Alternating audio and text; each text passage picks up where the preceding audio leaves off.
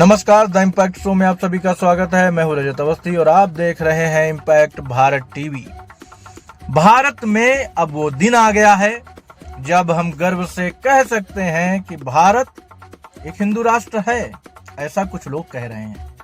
लोगों का मानना है कि जिस पल राम मंदिर में, भव्य राम मंदिर में जो अयोध्या में है, उस पर, उसके शिखर पर जब भगवा ध्वज फहरा दिया जाएगा तो भारत हिंदू राष्ट्र घोषित हो जाएगा।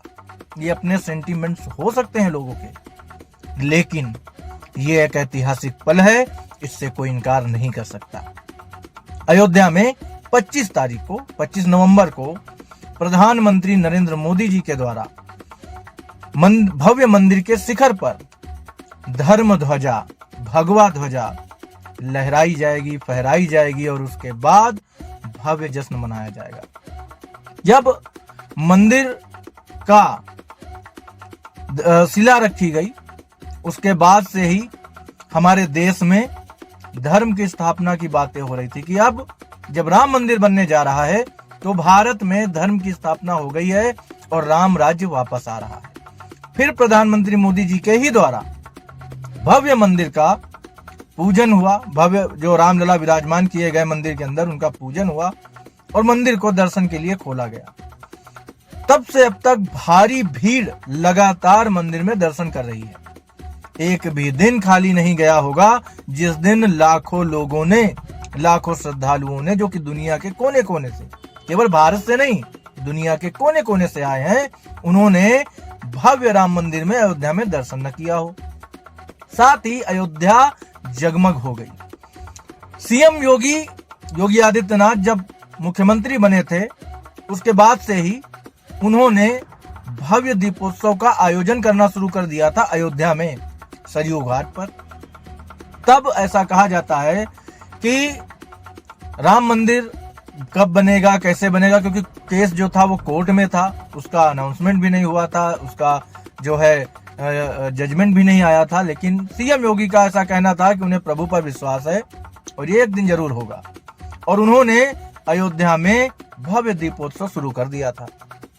वैसे भी बीजेपी का एक एजेंडा था, मैनिफेस्टो में उनका एक पॉइंट भी था कि हम राम मंदिर को बनाएंगे, और बीजेपी ने वो चीज करी। उनके कार्यकाल में ये चीज हुई और जिसके लिए पूरा हिंदू समाज कृतज्ञ है। प्रत्येक सनातनी प्रधानमंत्री मोदी का कृतज्ञता व्यक्त करता है उनको, और सीएम योगी के लिए भी आभार व्यक्त करता है, क्योंकि ये इन दोनों के प्रयासों से ही संभव हो पाया। सीएम योगी ने कहा था कि जिस दिन फैसला आएगा और राम मंदिर बनेगा, कोई भी एक मच्छर तक नहीं मरेगा प्रदेश में, और उन्होंने वो कानून व्यवस्था दिखाई है करके। कोई कुछ भी अपनी बात रख सकता है। कुछ महान लोग जो कि नए नए चुनाव लड़ने आते हैं, वो कहते हैं कि राम मंदिर की जगह अस्पताल बन जाता। मूर्खतापूर्ण बातें हैं। मेरा मानना है कि राम मंदिर भी बनना चाहिए, अस्पताल भी बनना चाहिए, और मैं ये गर्व के साथ कह सकता हूं कि राम मंदिर भी बना है और बड़े बड़े अस्पताल भी बनाए जा रहे हैं। आरोप लगाने की बात अलग है, राजनीतिक तौर तरीकों में कोई आरोप लगा दे, वो अलग मुद्दा है। सारे काम हो रहे हैं। तो कहने का मतलब है कि भगवान राम का जो ये भव्य मंदिर बना, इससे हमारे देश में एक नया सूर्योदय हुआ। एक जो गुलामी की मानसिकता थी वो खत्म हुई। लेकिन वहीं सुनने में आ रहा है कि ममता बनर्जी पश्चिम बंगाल में बाबरी मस्जिद बनाने की बात कर रही हैं, तो विश्व हिंदू परिषद ने उस पर मोर्चा खोल दिया है। वो कह रहे हैं कि अगर ऐसा होगा तो हम उसे फिर विध्वंस करेंगे। उनका कहना है कि मस्जिद बनाइए, आप कोई और नाम रखिए, लेकिन अगर आप वापस बाबरी रखते हैं तो ये कोर्ट के आदेश की भी अवहेलना है और इस देश में रह रहे करोड़ों हिंदुओं की भी अवहेलना है, और इस देश में माहौल खराब करने का ये कदम होगा।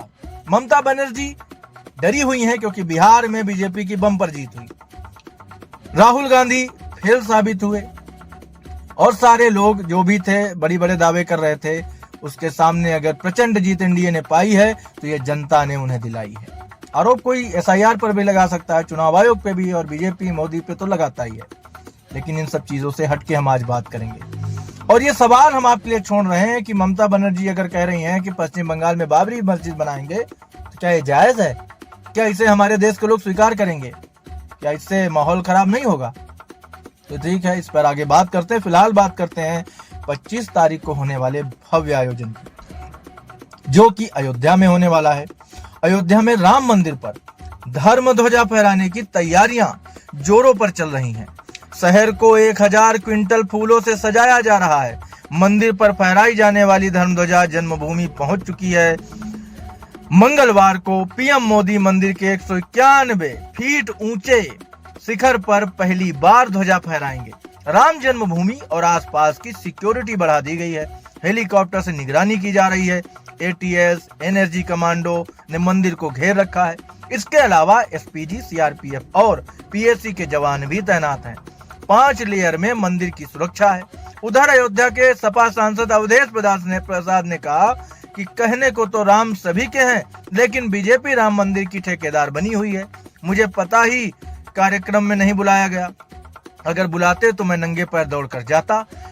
तो मेरा इस पर एक सवाल है कि जब आपको निमंत्रण आया था उस समय तब तो आप गए नहीं थे और आज तक नहीं गए, ना आपकी पार्टी के नेता गए, तो आपको बुलाने का क्या? बार बार आपको बुलाएं, फिर आप उसको इनकार करो और आप अवहेलना करो, फिर आप उसको बयान दो मीडिया के सामने आके कि हम तो नहीं गए।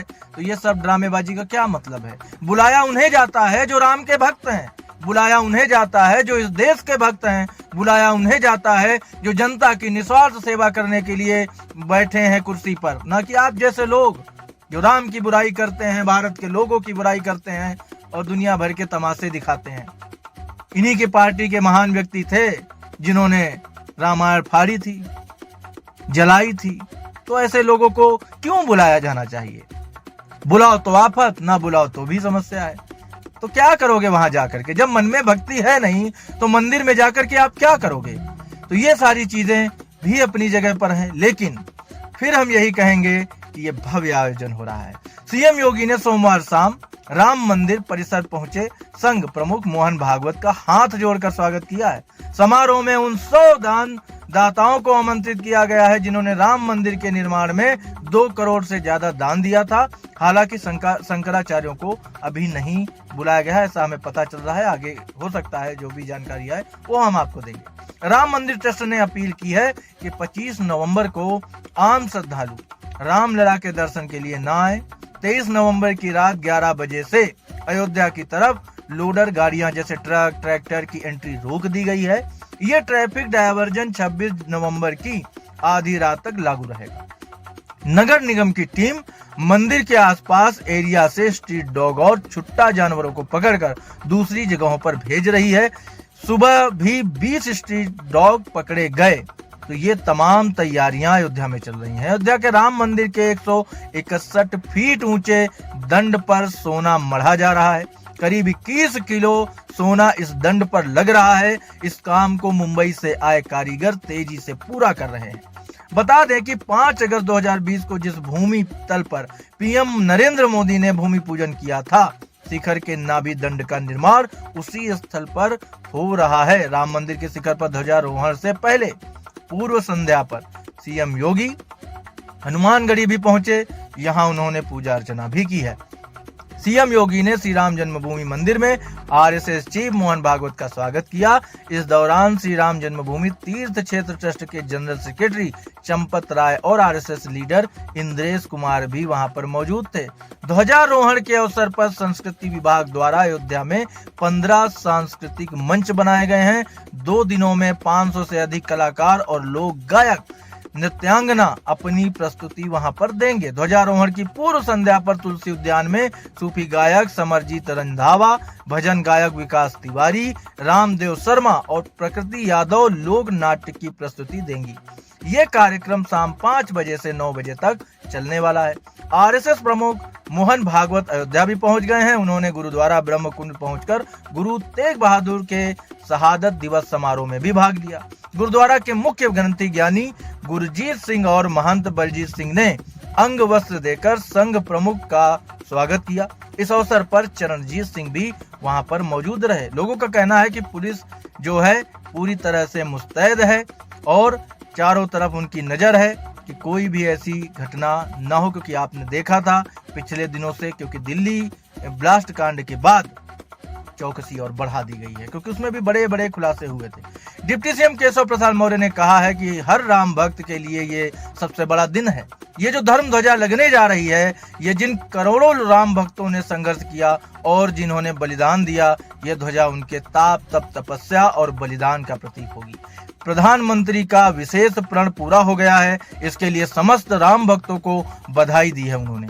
सपा अध्यक्ष अखिलेश यादव के बयान पर केशव ने कहा, अखिलेश यादव का मानसिक संतुलन बिगड़ गया है, ऐसी भाषा बर्दाश्त नहीं की जा सकती। ये प्रधानमंत्री का नहीं बल्कि देश का अपमान है, ये तत्काल क्षमा मांगे और अपना बयान वापस ले, उन्होंने कहा। वहीं डिप्टी सीएम ब्रजेश पाठक ने कहा, अयोध्या धाम में पीएम मोदी ध्वजारोहण करने वाले हैं। इससे पहले 22 जनवरी 2024 को जब पीएम मोदी ने अयोध्या धाम में प्रभु रामलला के मंदिर का लोकार्पण किया था, तो दुनिया सनातन संस्कृति को स्थापित होते देख रही थी। हजारों साल का संकल्प पूरा हो रहा था।